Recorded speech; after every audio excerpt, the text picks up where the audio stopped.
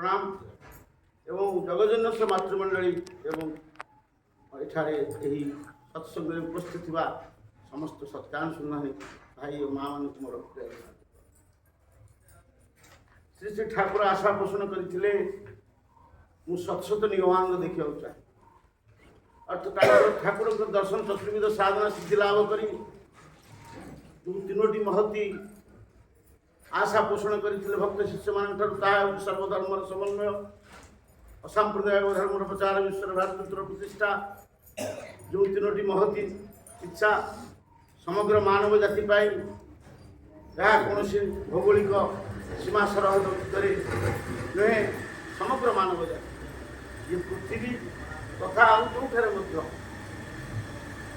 मानव समग्र मानव जाति उद्बोधन जो ठाकुर जो आशा थिला मु लक्ष्य कर सत्यजुग संधान देखिपार सत्यजुग आशा तेणु यही जो आशा आम मान पाखे रखी से सिद्धि लाभ करने से कार्य को रूपायित करने जो कथा दरकार था बोध हुए आम आज जहाँ को देह चतुर्दश दिवस उत्सव विराजित होती से कथा प्राय से किंचित मात्रा कहीं पूर्ण मात्रा कर आज से विदय है ठाकुर प्रणाश्र लाभ कर देवदान का ब्रह्मदान गति निश्चित कारण सहित से बाणप्रस्थ थे यदि संसार थे से जो चतुराश्रम सनातन धर्म रही ब्रह्मचर्य ग्राहस्थ बाणप्रस्थ तीव्रत बिटू भाई ललित भाई अन्यतम बाणप्रस्थ थे यदि संन्यास दीक्षा से जड़े बाणप्रस्थ सहित जो से शिल्पानुष्ठानी शिल्प प्रशिक्षण केन्द्र खोलते मोर आत्मज आश्रित से प्राय 15-20 मिनट धर जो आलोचना होता आज भी मन पड़ी 15 वर्ष तल कथा से कहते स्वतंत्र भाव किसी ठाकुर कार्य कर आज जो अमीमांसित कार्य रही जाए तथा ठाकुर श्री श्री प्रेमानंद आम गुरुदेव जो मंदिर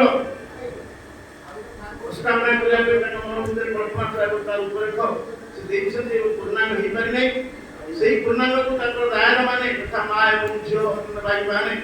समस्ते विराट शास्त्र संघ सहायता एठी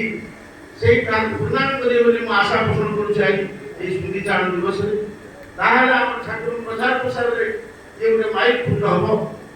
और एक समस्त गुरुगत प्राण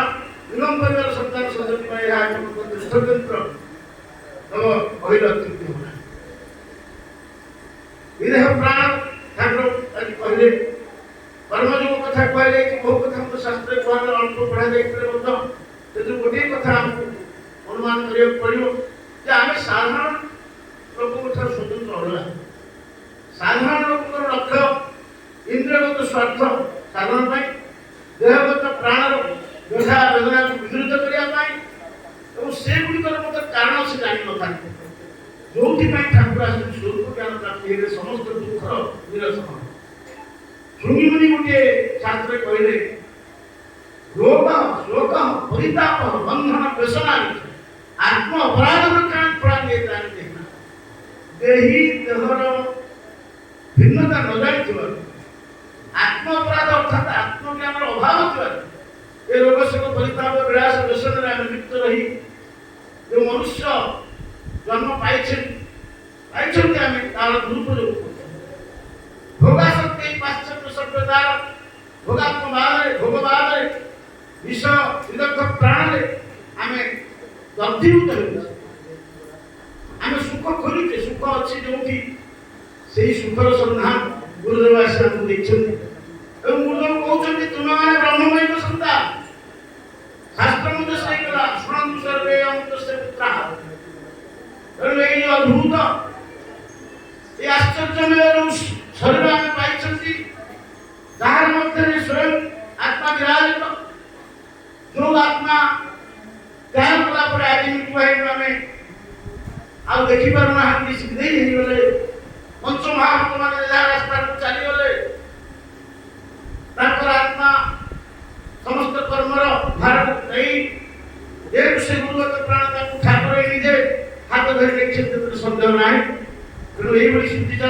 ଅନ୍ୟମାନଙ୍କର ପ୍ରେରଣାର କଥା ହେଉଛି ଆମମାନେ ଯେତେ ଦିନ ଅଛନ୍ତି ଯେଉଁ କିଛି ଦିନ ଆମ ଏ ସଂସାରରେ ରହିଛନ୍ତି ମତ୍କର୍ମ କର୍ମ ତାଙ୍କରି କର୍ମ କରିବା ହିଁ ଆମର ଧର୍ମ। ତାଙ୍କ କାମ କହିଲେ ଜଗତ ତାଙ୍କର, ଆମ କାମ ଆମେ ଆମ ପାଇଁ କରୁଛୁ। ଆମର ଯେଉଁ ଅହଙ୍କାର, ଆମର ଯେଉଁ ମୁକାର ଇଏ ହେଉଛି ସ୍ୱାର୍ଥ ଏବଂ ଠାକୁରଙ୍କର ମୁକାର ହେଉଛି ସେ ସର୍ବବ୍ୟାପକ। ଯେଉଁ ବ୍ୟାପକ ଭାବ ନେଲେ ଠାକୁରଙ୍କର ଦ୍ୱିତୀୟ ଇଚ୍ଛା ବିଶ୍ୱଭ୍ରାତୃତ୍ୱ ପ୍ରତିଷ୍ଠା ହେଇପାରିବ। ଆମେ ନିଜ ପରିବାର କଥା ଚିନ୍ତା କରୁଛୁ, ଠାକୁର କହୁଥିଲେ ବିଶ୍ୱ ପରିବାର। ଯେଉଁ ବିଶ୍ୱ ପରିବାର ଚିନ୍ତନ ବେଦରେ ବର୍ଣ୍ଣିତ ଅଛି, ନିଜ ପରବେତି ମନୋହର ଉଚେତ ସାତ ଉଦାର ଚରିତା ନାମ ବସୁଧୈବ କୁଟୁମ୍ବକମ୍, ସମଗ୍ର ବସୁଧା ହେଉଛି ଆମର କୁଟୁମ୍ବ। ଯେଉଁ ପ୍ରଧାନ ଶାସ୍ତ୍ର ମଧ୍ୟ ଅନ୍ୟ ଜାଗାରେ କୁହାଯାଇଛି, ମାତା ଚ ପାର୍ବତୀ ଦେବୀ ପିତା ଦେବ ମହେଶ୍ୱର ବାନ୍ଧବାସ୍ତ ଭକ୍ତାସ୍ତ ସ୍ୱଦେଶ ଭୁବନତ୍ର। ଏଇ ଯେଉଁ ଏଇ ପ୍ରାଣୀ ମାନଙ୍କ ସମସ୍ତେ ସେଇ ଅଂଶୀକର ଅଂଶ, ସେ ଏକ ପିତାର ସନ୍ତାନ ସନ୍ତତି ଆମ ଭିତରେ ଭାତୃଭାବ ଜାଗ୍ରତ ହେବେ। ଆଜି ଭେଦାଭେଦ ଏଇ ଯେଉଁ ପ୍ରକାର ଶାନ୍ତି ସୃଷ୍ଟି ଦାବାନରେ ଆଜି ମାନବ ଜାତି ଦଗ୍ଧୀଭୂତ, ସମଗ୍ର ବିଶ୍ୱ ଆଜି ଆତଙ୍କିତ ଏବଂ ସନ୍ତ୍ରାସିତ ଏବଂ ଛିନ୍ନ କଣ୍ଠକ ପଥ ଭଳି ଆତ୍ମଚିତ୍କାର କରୁଛନ୍ତି ନରନାରୀ। ସେ ଅଶାନ୍ତି ଦାବାନର ଅବସର ହେବ ଏବଂ ଆମେ ନିଶ୍ଚିତ ଭାବରେ ଶାନ୍ତି ପ୍ରାପ୍ତି ପାଇପାରିବା ଯଦି ସ୍ୱରୂପ ଜ୍ଞାନ ପ୍ରାପ୍ତି ହେବା ଏବଂ ଆମେ ଜଗତକୁ ଭଲ ପାଇବା। ଜ୍ଞାନ ହେଉଛି ଅହଂ ବ୍ରହ୍ମାସ୍ମି ତତ୍ତ୍ୱମସି ସର୍ବକର୍ମେନ୍ଦ୍ରିୟଂ ବ୍ରହ୍ମ। ଜ୍ଞାନ ସନ୍ତାନ ମତ ଜୈବିକ ପଥରେ ଆମେ ସାଧନା କରି ଗୃହାସନ ସଂଘାସନ ସମ୍ମିଳନୀ ଆସନ ଉପାସନା କରି ଆଦର୍ଶ ବ୍ରତ ଜୀବନଯାପନ ସଂଘର୍ଷ ପ୍ରସ୍ତାବନ ମାଧ୍ୟମରେ ଏ ଠାକୁରଙ୍କର ନିର୍ଦ୍ଦେଶ ଆଦେଶକୁ ପାଳନ କରିପାରିଲେ ଏବଂ ଜଗତରେ ତାଙ୍କର ଇଚ୍ଛାକୁ କରିବାରେ ସକ୍ଷମ ହୋଇପାରିଲେ ତାହା ହେବ ଆମ ଶ୍ରୀଗୁରୁଙ୍କ ପ୍ରତି ଆମର ନିଶ୍ଚିତ ଭାବରେ ଭକ୍ତି ଏବଂ ପରିଚାଳନା ପ୍ରତି ଆମର ଆନୁଗତ୍ୟ ଏବଂ କୃତଜ୍ଞତା, ତାହାର ଅଭାବରେ ସବୁକିଛି ସାକ୍ଷାତ ହେଇଯିବ ବୋଲି ଚୈତନ୍ୟ ମହାପ୍ରଭୁ କହିଲେ। ଆଉ ସବାଇର ଏକୈକ ଅଭାବ ସହ ଇଚ୍ଛା ତେଣୁ ଆତ୍ମକୃପା ଆମର ଆବଶ୍ୟକତା ଅଛି, ସାକାରର ଆବଶ୍ୟକତା ଅଛି। ତାହେଲେ ବିଭୁକୃପା ଗୁରୁକୃପା ନିଶ୍ଚିତ ଭାବରେ ଆସିବ। ସବୁକିଛି ଗୁରୁକୃପା ହିଁ କେବଳ ସବୁ ଗୁରୁକୃପା ସାପେକ୍ଷ, ତେଣୁ ଆତ୍ମକୃପା ଅନିବାର୍ଯ୍ୟ ଏଠି କହି ଭାବରେ ନୁହଁ। ଏବଂ ଆଜି ଏଇ ଅନ୍ୟତମ ନିଗମାନନ୍ଦ ସତ୍ସଙ୍ଗ ନିଗମାନନ୍ଦ ଭିତରୁ ଅନ୍ୟତମ ନିଗମାନନ୍ଦ ଭଳି ଆମର ପ୍ରଦୀପ୍ତ ଭାଇ ବିଜୁ ଭାଇ ଯେ ଠାକୁର ଜଗତରେ ତାଙ୍କର 56 ବର୍ଷ ଅବଧି ଭିତରେ ମାତ୍ର ଅଳ୍ପ ବୟସରେ ଗଲେ ମଧ୍ୟ ବନ୍ଧୁ କହିଲାବେଳେ ମାନବ ଜୀବନ ନୁହଁ କେବଳ ବର୍ଷ ମାସ ଦିନ ଦଣ୍ଡ କର୍ମେ ଜୀବନର କର୍ମ ଏକା ତାର ଜୀବନର ମାନବ ଦଣ୍ଡ। ସେ ଯେଉଁ କର୍ମ କରିଯାଇଛି, ଗୁରୁଙ୍କ କର୍ମ କରିଯାଇଛି, ନିଶ୍ଚିତ ଭାବରେ ବ୍ରହ୍ମଦାନ ମହାଦେବଦାନ ପ୍ରାପ୍ତି ହେଇଥିବ, ସନ୍ଦେହ ନାହିଁ। ତଥାପି ଯଦି କିଛି ତ୍ରୁଟି ଥାଏ ଆମେ ସମସ୍ତେ ଆଜି ଶ୍ରୀଗୁରୁ ମହାରାଜଙ୍କ ନିକଟରେ ପରିଚାଳନା ପ୍ରାର୍ଥନା କରୁଛୁ, ତାଙ୍କର ସଦ୍ଗତି ହୋଇ ବ୍ରହ୍ମଗତି ପଥରେ ସେ ଯାଆନ୍ତୁ ସେତିକି ପ୍ରାର୍ଥନା କରି ଭାବିନୁ କରି ରାମ ଦଉଛି ଭାବିନୁ ପ୍ରତି କିଛି ବୈଶିଷ୍ଟ୍ୟ ଥାଏ ସେ ଠାକୁର ମହାରେ ଗୁଣାବୁର ସଦୃଶ। ଆଉ ଯଦି କିଛି ତ୍ରୁଟି ବିତ୍ରୁଟି ଥାଇ ଅଧମ ଜୀବର ସେଇ ତ୍ରୁଟି ପାଇଁ ସମସ୍ତ ପ୍ରାର୍ଥନା ହେଉଛି। ଜୟ ଗୁରୁ ଜୟ ଗୁରୁ ଜୟ।